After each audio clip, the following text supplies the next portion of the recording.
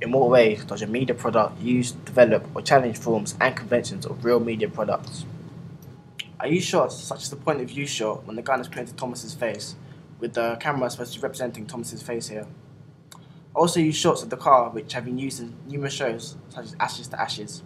Here, it focuses on one aspect of the car on the time, and here I focus on license plate, when previously it's been used on aspects such as headlights and wheels during Ashes to Ashes.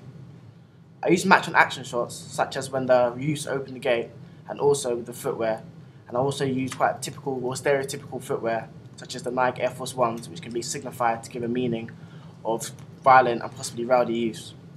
The shots I use within the car were inspired by the opening sequence of the Transporter. I did this because it was quite a similar action thriller, and here they focused on numerous aspects of the BMW, such as the gear stick, but with my one I focused on aspects such as the radio showing the time and date, which is also handy because it went along with what the DCI was saying. What kind of media institution might distribute your media product and why? Possibly, Revolver Entertainment could be used to distribute my film. This is because they have distributed films with a similar target audience, such as Kidulthood, which are also similar with the budget and the themes that they explore. Also, another distributor could be Pathé Pictures International or Pathé UK, because these have also distributed similar UK films, but these with somewhat higher budgets, which are Adulthood and the Essex Boys, respectively.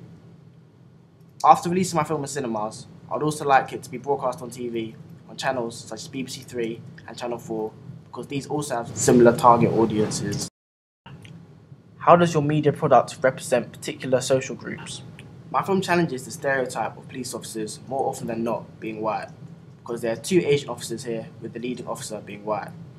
Although, despite this, it does fit the stereotype of young black youths in hoodies from London committing crime.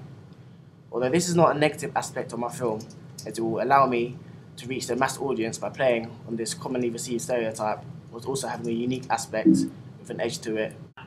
Through filming at night, it makes it seem as if the youths are quite secretive, trying to go about their business with no one seeing. This filming is also symbolic of the dark nature of the youth's lives involving crime and violence.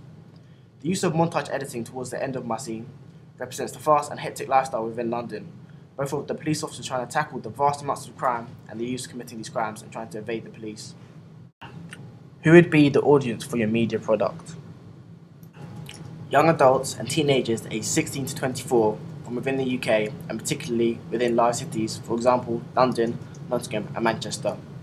Also, it would be better to target the film at males, as they will be more attracted by the action suspect of the film. Similar to the audiences of films such as Bullet Boy, and also TV dramas such as Channel 4's Top Boy, as similar themes are explored which people of this background will be able to relate to, such as the crime and also the relationships of various groups in society, such as friends, parents, education and females. How do you attract or address your audience? TV trailers on film channels such as Film 4 and also billboards near shopping centres will be effective in attracting the young males to watch the film. Also, the trailer will be uploaded to its own YouTube page along with the opening sequence for those around the globe with internet access to watch. Autograph Gone will be the name of this page, and to help to create a viral buzz and get blogs talking about it and give the film its own identity. I made a Twitter page for my film Autograph Gone, in which updates will be made on its release date and outtakes, extras pictures and behind the scenes footage will be uploaded. A Facebook page entitled Movie Gone has also been created, in which similar pictures and unused footage from shooting will be released before the film is actually released itself, to further add to this viral buzz. The posts on these two pages will increase during the build-up to the release to increase the exposure and anticipation for the film.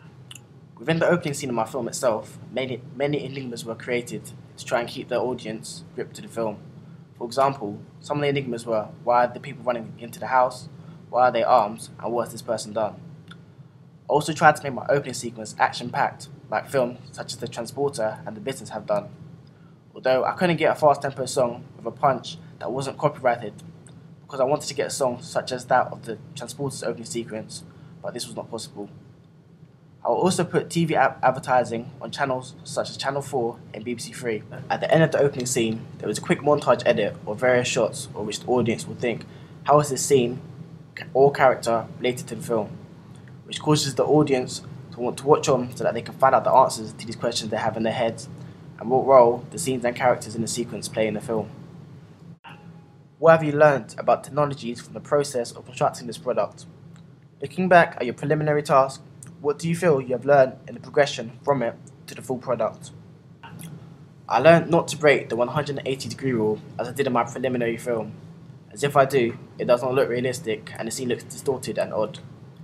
Similarly, I tried to address the previous issue I had of sound by assuring that all other actors were completely quiet when I was filming on set.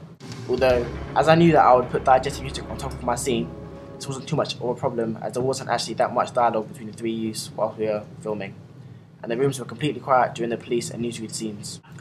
I also learned that I should try to film the same shot from numerous angles, and then I can select the best angle and use this angle, or combine more than one angle within the shot, as I did in my film when a character was opening the door of Thomas's bedroom. I've learned that lighting is key, as many times during the night, shots were too dark and could not be used. Because of this, I had to reshoot certain shots outside and ensure that there was bright lighting positioned near the camera, that the camera was close to the action, as doing both of these made the shot a lot brighter and thus usable for my final film.